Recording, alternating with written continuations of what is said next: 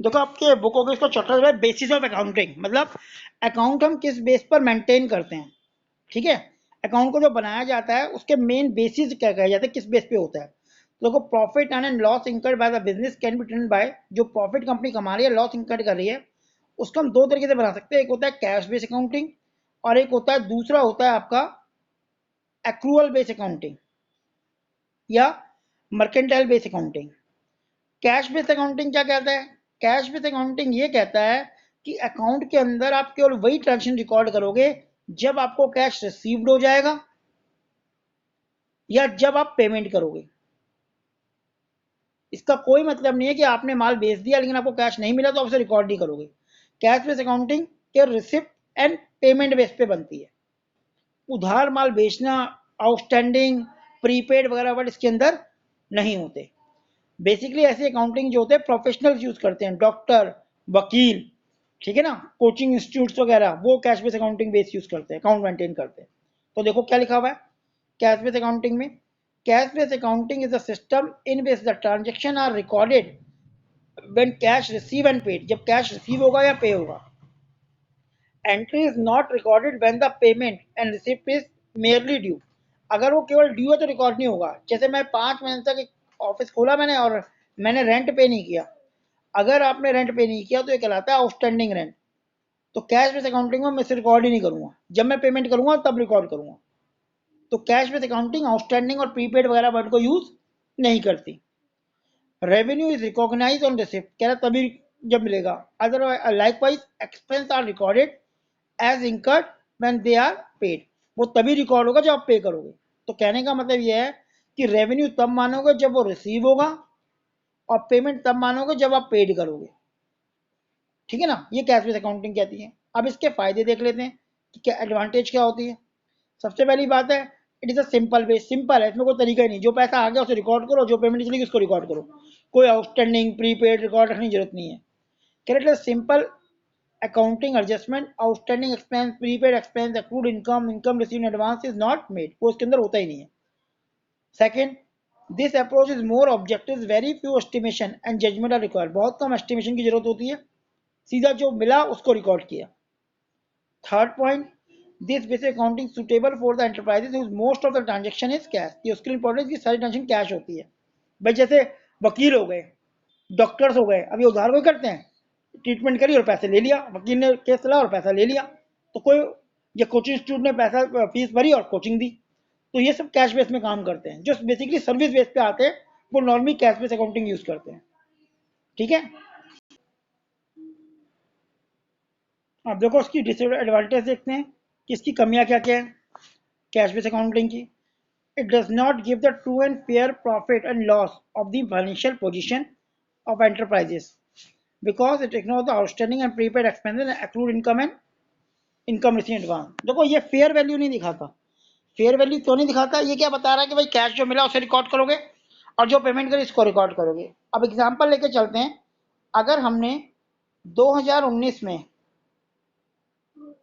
माना 5 लाख रुपए कमाए लेकिन मिले हमें केवल 3 लाख, और बाकी जो 2 लाख हैं वो मिले हमें 2020 में। अब कैश बेस अकाउंटिंग तो ये कहता है कि जब मिलेगा तब रिकॉर्ड करोगे। तो क्या शो हुआ कि यहाँ पे हमने 3 लाख कमाए और यहाँ पे हमने 2 लाख कमाए, जबकि एक्चुअल में 5 लाख इसी साल के थे। ये 3 लाख 2 लाख हमें अगले साल मिले। तो क्योंकि कैश बेस की बात करें तो हमें जो कैश मिला हम उसको रिकॉर्ड करते हैं, तो इसका मतलब ट्रू वैल्यू को नहीं दिखाएगा। अब एक और एग्जाम्पल लेके चलते हैं, माना 2019 की हम बात करें कि 19 में जो हमारा रेवेन्यू जो हमने अर्न किया, जो रेवेन्यू हमारा है वो माना 10 लाख है, 10 करोड़ है, और जो एक्सपेंस है वो माना 4 करोड़ है। तो क्या लगा, हमें प्रॉफिट मिला 6 करोड़ का। लेकिन इस 10 करोड़ में से अगले साल की बात करते हैं, चलो माना 2020 में 8 करोड़ हमारी अर्निंग थी और 5 करोड़ हो, तो हमें प्रॉफिट कितने का हुआ, 3 करोड़ का। एक्चुअल फिगर ये है। लेकिन सपोज करो अगर मैं कैश बेस में करता हूँ, इस 5 करोड़ में से 4 करोड़ हमें इस साल मिलते हैं, तो उसका इफेक्ट क्या पड़ा? उसका इफेक्ट पड़ा कि यहाँ पे रह गया 6 करोड़। अब 6 करोड़ में 4 10 करोड़ कितना प्रॉफिट हुआ, 2 करोड़ का। और अब 12 में से 5 10 करोड़ कितना प्रॉफिट हुआ, 7 करोड़ का। तो 2 से कितने आ गए, 7 में। तो हमें लगेगा हमारा बिजनेस ग्रोथ कर रहा है, लेकिन एक्चुअली हुआ क्या है, जो यहाँ के 10 करोड़ 4 करोड़ थे वो हमें अगले साल मिले। तो कैश बेस अकाउंटिंग जो होता है वो हमें ट्रू पिक्चर नहीं दिखाता। जब हमें कैश मिलेगा हम तब रिकॉर्ड कर रहे हैं, हमने जब कमाया तब रिकॉर्ड नहीं कर रहे। ठीक है ना। दूसरा, does not show the matching principal, वही मैचिंग प्रिंसिपल कि जिस साल के रेवेन्यू साल के एक्सपेंस में माइनस करो तो हमें ट्रू प्रॉफिट पता लगता है, जबकि कैश बेस कहता है नहीं, जो मिल गया उसे रिकॉर्ड करो, जो जेब से गया उसे रिकॉर्ड करो। तो ये इसकी बहुत बड़ी कमी है। ठीक है। सेकंड में आते हैं हम, एक्रूअल बेस अकाउंटिंग जो होता है। एक्रूअल बेस अकाउंटिंग कहता है कि जिस दिन आपने कमा दिया, जिस दिन माल बिक गया या जिस दिन आपने सर्विस यूज कर ली उस दिन रिकॉर्ड करो उसे।